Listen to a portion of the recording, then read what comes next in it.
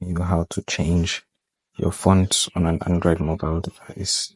The easiest way for me is I just go to my search button up here. When I search for fonts, it's where the fonts are. But it's under display. If you don't have a search option, it's under your display inside the settings. So you go to your font size and style, and that's where you see your font style. You can change the font size and all that, but this video is for the font style. So okay, we'll click on the font style.